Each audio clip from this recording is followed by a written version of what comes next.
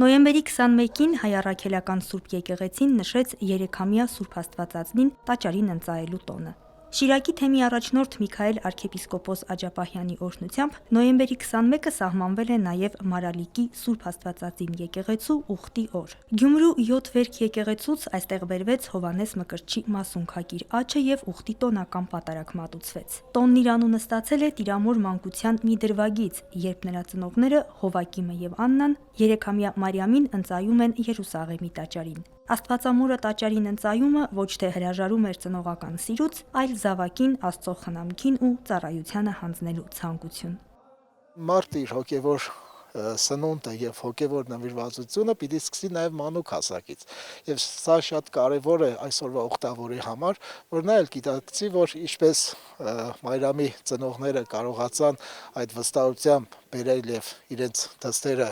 ընծայաբերել եկեղեցում, այսօր յուրաքանչյուր հավատացյալ է պիտի ինքը կարողանա իրեն նախընծայի եկեղեցու եւ իր աղոթքով զորացնի եկեղեցին եւ հոգևոր ծառայությունը։ Սուրբ Աստվածածինը տեղացիները նաև Կարմիր վանք են կոչում։ Խորհրդային տարիներից կիսավեր եկեղեցին վերաբացվել է 1994 թվականին։ Տարիներ անց եկեղեցին վերակառուցվել է մի խումբ ռուսաստանաբնակ մարալիկցիների աջակցությամբ եւ վերահոսվել Միքայել arczepiskopos Աջապահյանի ձեռքով։ Պատարագին ներկա ուխտավորները Տիրամոր բարեխոսությունը խնդրեցին Միքայել Սրբազանի եւ մեր մյուս բանտարկված հոգեվորականների համար։ Միքայել arczepiskopos Աջապահյանը կարող եմ վստահ ասել, որ բացառիկ առաջնորդներից է, ով ամբողջ Շիրակի թեմի տարածքում չկա մի գյուղ, որ ինքը պատարագ արած չլինի եւ գիտի ամբողջ գյուղի ժողովրդի եւ թեմի եւ իր կարիքները եւ ճիշտ է իր բացակայության ընթացքում մենք տրամադրված ենք ել ավելի մեծ ջանասիրությամբ ծառայության, որ ինքը երբեք չմտածի, որ իր բացակայությունը կարող է խաթարել հոգևորականների ծառայությունը։ Մենք հավատացյալներ ենք, մենք թեմի ինչ ասած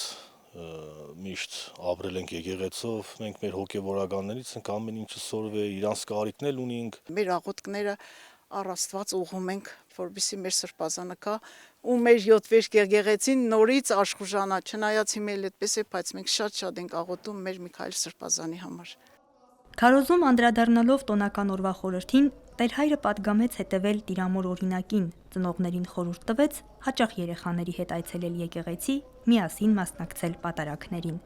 Հավատացյալները եւ այստեղ այցելած ուխտավորների խմբեր մինչեւ կեսօր հնարավորություն ունեցան հաղորդակցվել Սրբի մասունքին, նորոգել իրենց ուխտը։ Սոնա Խաչատրյան, Հարություն Տոլանյան, Եկեղեցական կյանք։